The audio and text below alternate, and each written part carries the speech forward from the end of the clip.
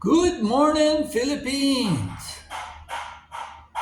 Some construction going on in the background there, but today I'd like to go over a few things of current events and some observations about the Cambodia-Thailand conflict and what's really behind all this that's not being portrayed in mainstream media.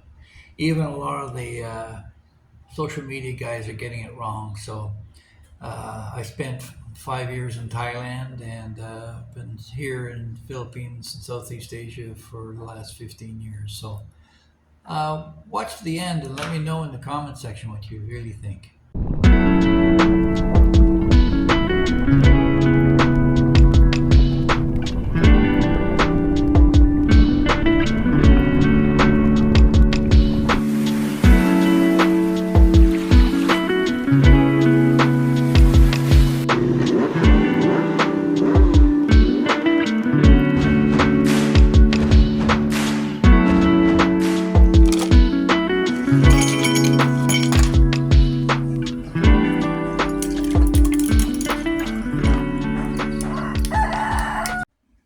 Well, I'm really glad I picked Cebu. And not just Cebu, but where I am in Cebu. It's free from floods, away from typhoons directly hitting us, and we've got all the infrastructure in place. I'm 5 minutes from a hospital. The kids, if pressed, could walk to school, but they're all spoiled, so they end up getting a ride from mom or dad.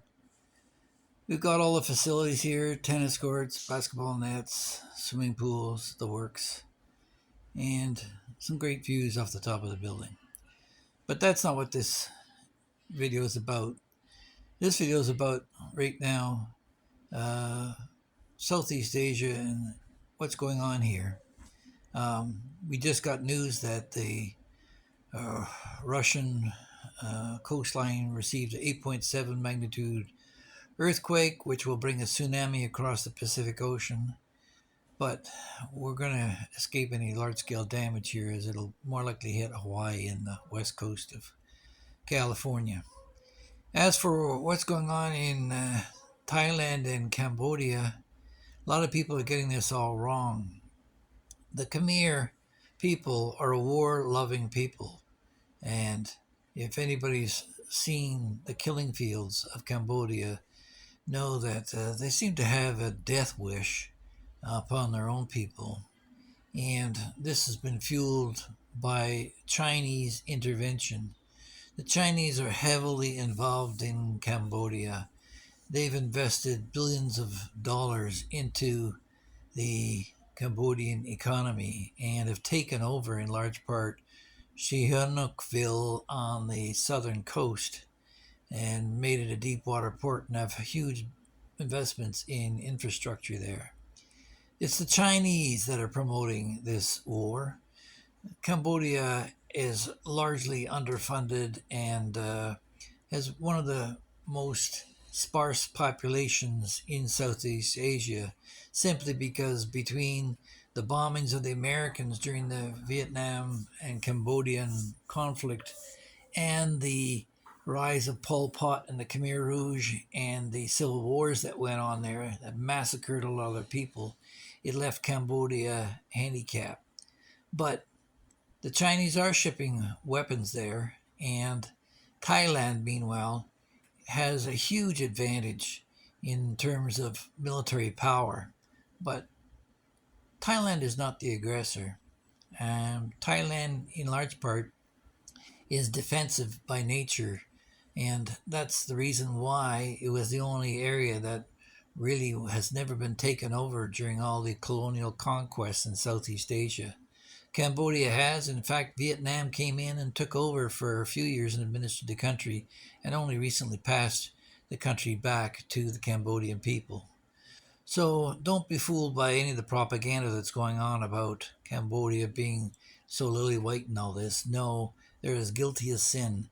And the Prime Minister come President of Cambodia just released a phone call that was supposed to be private, deliberately to embarrass and inflame the situation. So, as far as I'm concerned, between Vietnam and Thailand, they could carve Cambodia up between the two of them, and there'd be no tears on my pillow.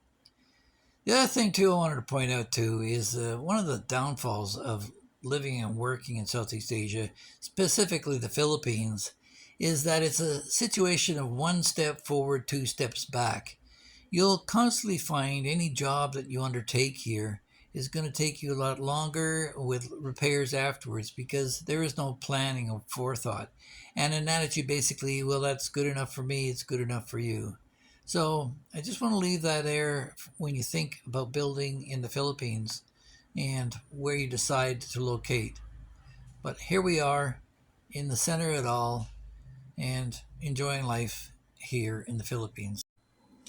So where are we? We're located in Talamban in Cebu in a complex of about 150 units. This is our complex. This is La Cittadella.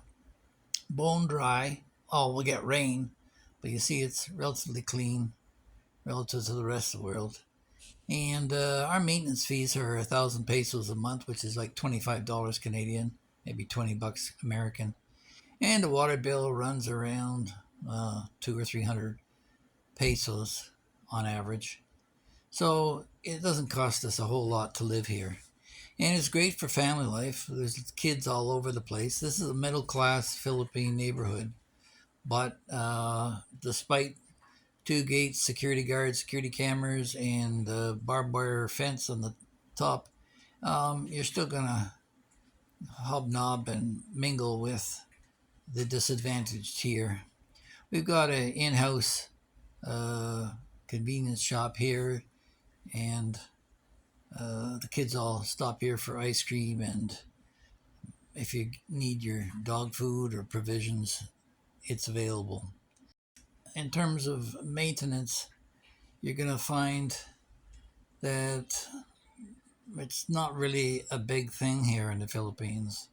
What I found is that new things are built and then they're left to go slide.